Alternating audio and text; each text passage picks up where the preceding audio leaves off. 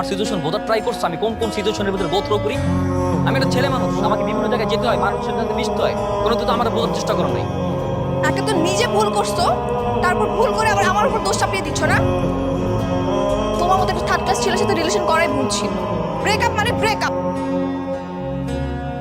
সাগরের সাথে কথা বলে যা বুঝলাম, সাগর তোকে এখন অনেক ভালোবাসে, কিন্তু তোর অতিরিক্ত রাগ জিদ এগুলো না ও নিতে পারছে না। তোদের এরকম অগোছালো লাইফস্টাইলের সাথে আমি লিড করতে পারবো না। তোর যদি এত দরদ উঠলে পড়ে, তুই গিয়ে যা প্রেম কর। তুই তো নিজেও ওকে পছন্দ করবি।